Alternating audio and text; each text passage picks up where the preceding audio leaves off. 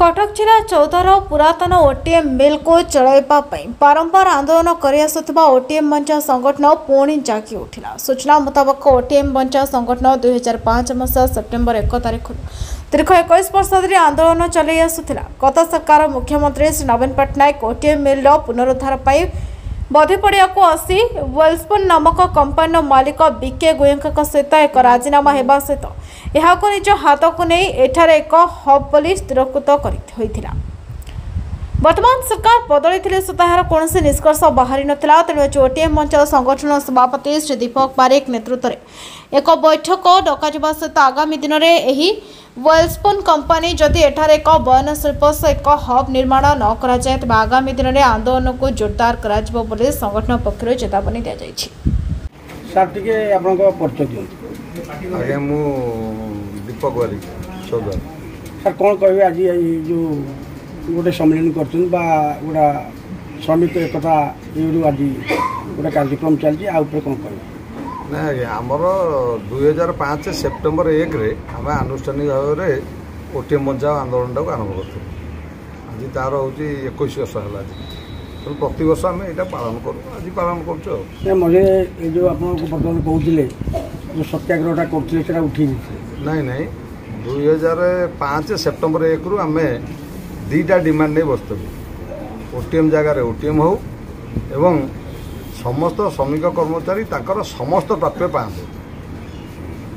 दुईटाक आंदोलन आमर पाखापाखि 2024-17 तारीख सुधा सफल हो जाता बोली आम भावुलु कहीं पूर्व 22 मसीह आमको पैसाटा मिलता जो पैसाटा भी मिली से आम 75 ରୁ 80 भाग मिली आउ 20 भाग भी आमको मिलनी जोटापाई आम कोर्टे द्वारस्थ होमर आउ कि प्राप्य श्रमिक मानकर कोर्टे बाकी अच्छी जोटा आम कोर्टर और पीएफ द्वारस्थ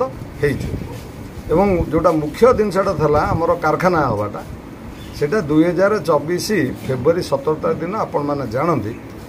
तत्कालीन मुख्यमंत्री नवीन पट्टनायक एवं कारखाना मालिक जो कारखाना नौ वेल्सपुन मालिक बीके गोयंका जी आसी ये शुभ पकई कही 3050 कोटी टकर गोटा बयन शिल्प ये करेंगे लजिस्टिक पार्कटा करेंगे से दिन टू आज पर्यंत होगा सरकार परिवर्तन है सरकार परिवर्तन है बर्तमान होगा धर 15 मास होगा सरकार कि अद्यावधि नाई कौटी करना कारखाना मालिक से मो जो होता 2024 फेब्रुआरी 17 मुख्यमंत्री और मालिक जो आसती जो घोषणा करते सेठू किसी ओहरी जाना किंतु किसी फलप्रद भी बर्तमान सुधा है तेणु ये हूँ आमर चिंतार विषय आम ए जापारूनु जे कौ स्तर में कौटी यहाँ अटकुची किए रोकुची इंटेनशनली बा ए कौन होती ना मालिक ताकर उद्यम अवहेला रोचे ना सरकार को जमी हस्तांतर अवहेला रोचे कौ पक्षर अवहेला रोचे आम ये बस किसी जापारू ना आगामी दिन में पदक्षेप कौन आमर पदक्षेप यह हम आम 2005 सेप्टेम्बर 1 आंदोलन करना 2024-17 सरकार को लिखित भाव में देते आम ओहरी गलु एवं आम आज बस निष्पत्ति कलु जे आम पुनर्बार सरकार को विधिवत भाव में लिखिकिना दबू जे आम पुणी जो सत्याग्रह आम चलता से सत्याग्रह आम आरंभ करूँ ठीक अच्छे आमर कारखाना दरकार मो ना हूँ दुलाल सेन स्वाई मु ओटीएम चाकरी करी कर्मचारी हिसाब आज कार्यक्रम विषय कार्यक्रम हूँ सरकार कही टेक्सटाइल हब कर Odisha prime minister home minister एवं मुख्यमंत्री कही ये जो टेक्सटाइल